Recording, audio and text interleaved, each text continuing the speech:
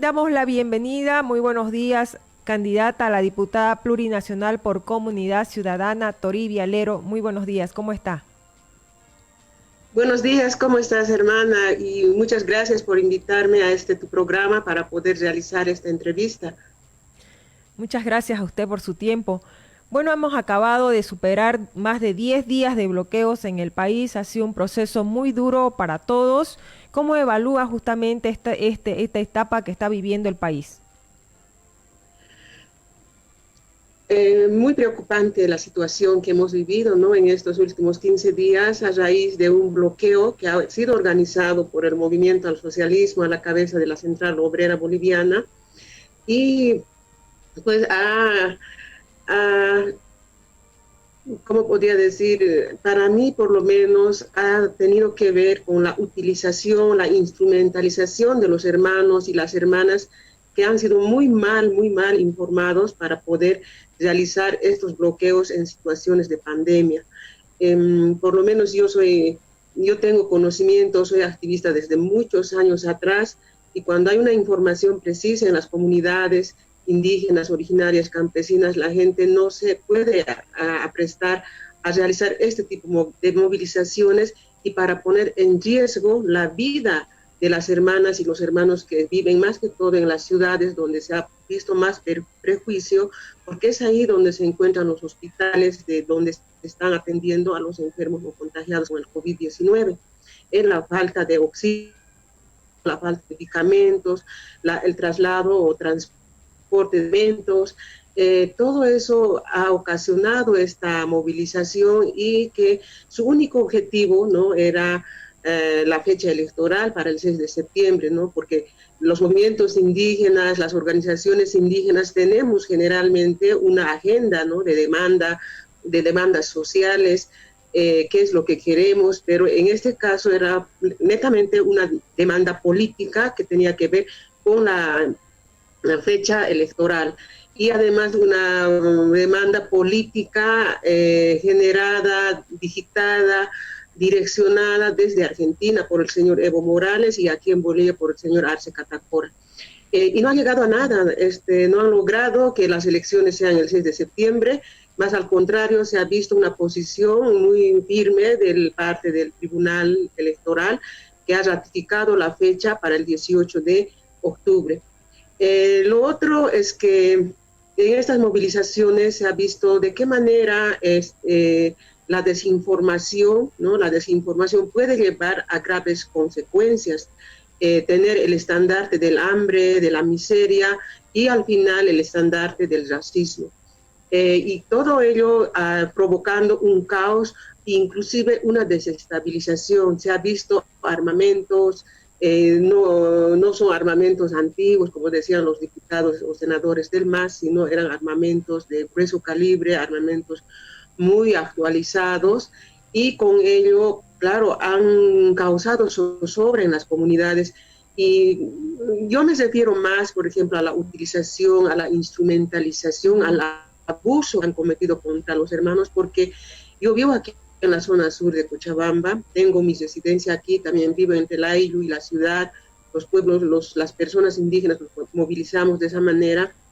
Entonces han sido traídos, sacados, arrancados de sus comunidades, muchos hermanos y hermanas, trasladados en camiones hasta las ciudades de distintas provincias, hasta de Norte Potosí, ¿no?, de San Pedro, de Toro, de Ansaldo, estaban de aquí de Cochabamba, de Tiraque, o sea, O sea que hubo, han hubo, hubo, traído, tra- hubo por traslado tanto, de gente para reforzar los bloqueos. claro, sí, o sea, la gente de la ciudad no ha salido porque sabemos que estamos en plena pandemia, hay mucho temor al contagio porque esto resulta en un gasto, ¿no? No es gratuito la curación, los hospitales están colapsados y por eso la gente se cuidaba. En cambio, el movimiento al socialismo, con apoyo de los alcaldes, han trasladado mucha gente, muchos alcaldes se han prestado inclusive a utilizar volquetas para trasladar tierra, para tapar los caminos, han destruido los caminos. Eso no es ningún justificativo. Yo siento mucho que eso haya pasado y de esa manera se ha hecho ver ¿no? A toda una población indígena, y desde Santa Cruz ya después dijeron que son salvajes, o otra gente también, claro, decían que son salvajes, que son tal, que tal. Ahora, Y ahí, claro, ya, eso es lo que yo puedo decir, ¿no? ajá, y ahora Duele mucho lo que ha concretamente pasado. sobre el tema de los sectores sociales. ¿Hay sectores, cree usted que hay sectores que no están siendo escuchados? Me llama la atención un poco la declaración que hizo en una entrevista el presidente del Tribunal Supremo Electoral de que el tribunal se convirtió en un puente entre el Ejecutivo, la Asamblea, los partidos y sectores sociales que tienen poco o no hay diálogo entre ellos. Entonces, esa declaración me llama la atención. ¿Hay sectores que no están siendo escuchados también? Sí, por una parte estábamos hablando de los bloqueos, de cómo ha sido, ¿no?, la situación. En cuanto a atención, claro, el gobierno no ha atendido de la manera en que debía encarar el tema de la salud, el tema de la economía, el tema de la educación.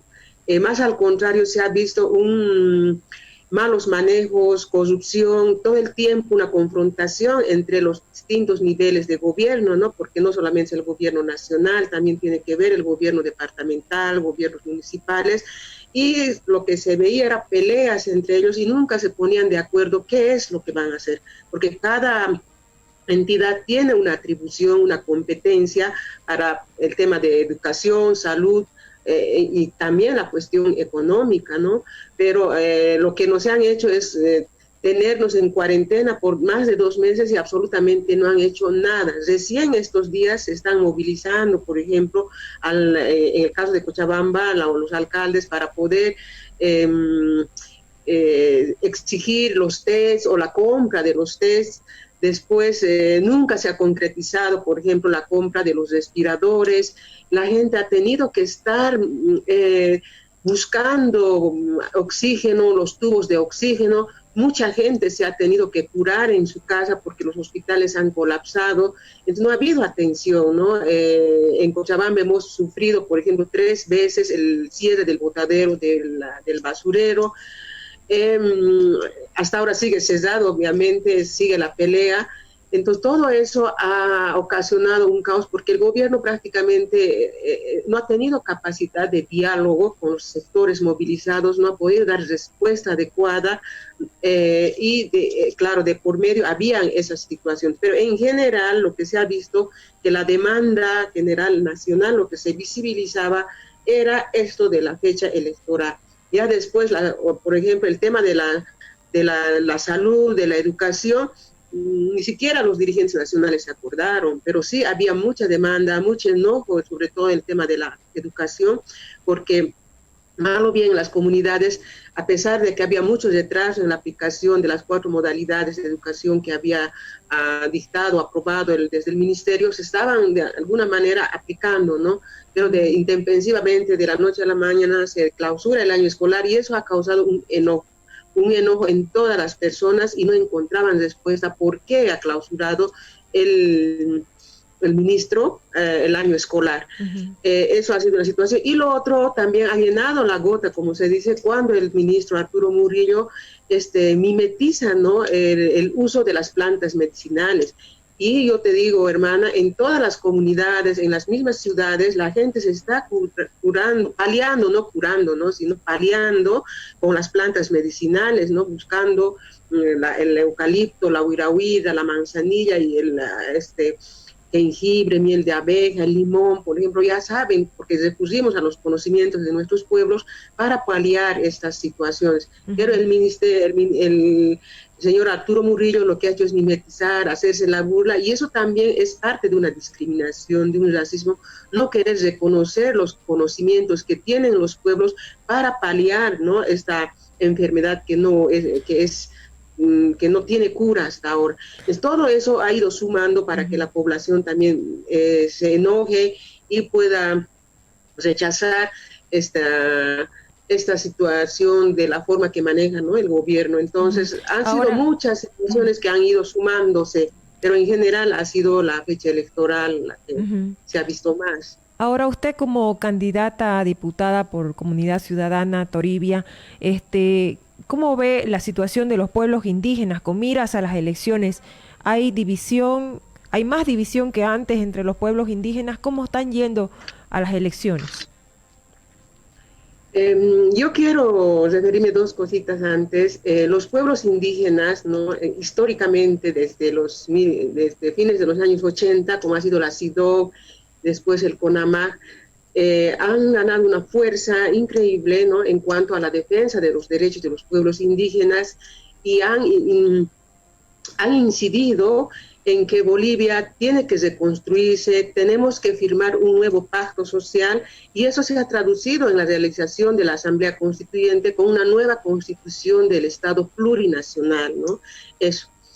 Después, cuando ya se estaba realizando el desarrollo del legislativo en base a la nueva constitución, hubieron ya problemas. El gobierno lo primero que hizo es negarse a la efectivización de esas demandas históricas que tenían los pueblos indígenas, por ejemplo, acabar con el racismo. Y el racismo no es una cuestión de discurso, no se erradica de la noche a la mañana, es una situación estructural que se tiene que trabajar desde distintos frentes.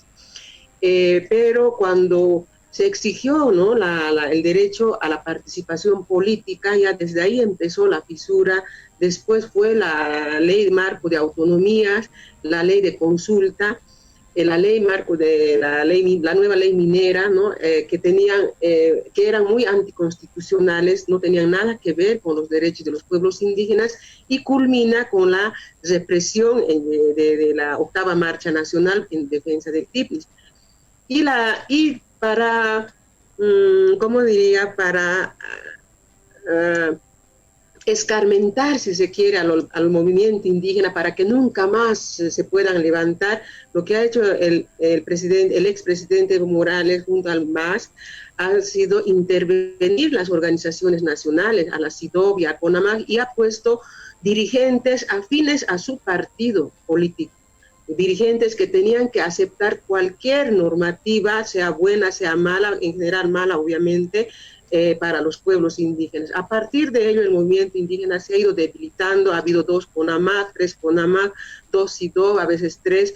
Entonces, ha habido una desarticulación nacional, ¿no? La dirigencia nacional ya no tenía representatividad, obviamente, se ha ido debilitando. Pero en el caso de la participación política, por lo menos la CIDOB, ¿no?, los pueblos indígenas amazónicos, tienen 6 representaciones directas, aunque el movimiento al socialismo nuevamente viola la Constitución y mediante normativa exige que las circunscripciones especiales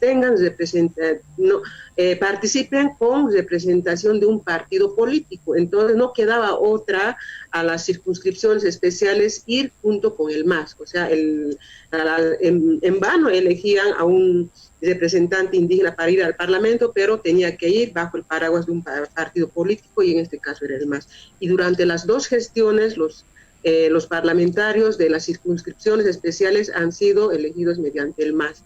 Entonces, en el caso toda de esta situación, solamente tenemos uno. Esta situación ha causado una ruptura mayor dentro de las organizaciones, entonces. Exactamente. Y ahora, exactamente, con miras a las próximas elecciones, ¿qué se va a hacer? ¿Hay alguna estrategia para poder revertir un poco esto? Sí, ha habido una respuesta adecuada de parte del Tribunal Electoral que ha permitido que los pueblos indígenas de las circunscripciones especiales, porque esa es la representación política que nos ha concedido, si se quiere, a los pueblos indígenas, vayan de manera autónoma, que no pueden prestarse siglas de ningún partido político, y de esa manera se están yendo. Pero el resto, que no estamos dentro de una circunscripción especial, tenemos la libertad de poder participar libremente, ejercer libremente nuestro derecho político de participar libremente en cualquier partido político, ¿no? Y de ese modo, yo por lo menos he decidido, claro, he sido invitada por nuestro candidato Carlos Mesa para ser candidata, y he aceptado, pero tomando en cuenta qué contenidos tenía el programa de gobierno de Comunidad Ciudadana en beneficio de los pueblos indígenas. De esa manera estamos participando en las listas, ¿no? En franjas de seguridad de Comunidad Ciudadana, mujeres indígenas, hombres indígenas y también comunidades campesinas, ¿no? Por ejemplo, en Franja de Seguridad, en Trinidad, en el Beni, está la hermana Cecilia Moyoviri, en Cochabamba estoy yo, en Oruro también la hermana Lucía Condori, en Potosí también, así de esa manera, algunos están en circunscripciones, también están representados los pueblos indígenas. Pero estas representaciones somos las personas que hemos estado resistiendo a los 14 años de abuso de poder del gobierno del MAS, porque prácticamente han acallado la voz de los pueblos indígenas dentro del Parlamento. No había posibilidad de dirigirse a ningún parlamentario para poder demandar violación a los derechos de los pueblos indígenas. Se cerraban en torno a un partido político, nunca éramos escuchados, más al contrario, la dirigencia, los líderes, las mujeres que resistíamos los abusos de poder, éramos judicializados, criminalizados, hostigados, muchas han tenido que escapar de sus comunidades, entonces necesitamos una voz propia, una voz desde las resistencias, para seguir, ¿no?, efectivizando, para seguir construyendo sobre todo este Estado plurinacional bajo un solo país que es Bolivia, bolivianas y bolivianos que somos diversos, que somos plurinacionales. Muchísimas gracias, Toribia Lero, candidata a diputada plurinacional por Comunidad Ciudadana. Muy amable por su tiempo. No, gracias a ti, hermana, por haber invitado, y en otra oportunidad estaremos conversando y también haciendo conocer el programa de gobierno y particularmente para pueblos indígenas a nivel nacional. Así es, hasta pronto, muy amable.